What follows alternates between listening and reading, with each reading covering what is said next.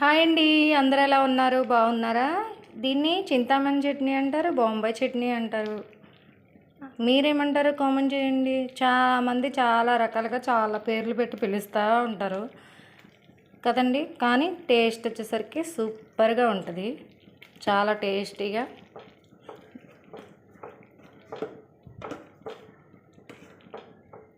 పూరీలోకి కానీ, చపాతీలోకి కానీ, బజ్జీలో కానీ, ఇడ్లీలో కానీ ఇంకా సూపర్గా ఉంటుంది. ఇడ్లీలోకి అయితే చూడండి, బాగుంది కదా, చూస్తుంటే నోరు ఊరిపోతుంది.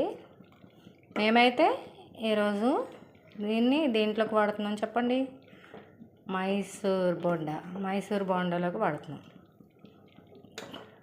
పొద్దున్నే స్కూల్కి వెళ్ళేటప్పుడు అందరూ హడావిడిగా రెడీ అవుతారు కదా, మాది అదే పరిస్థితి అండి. Bye bye.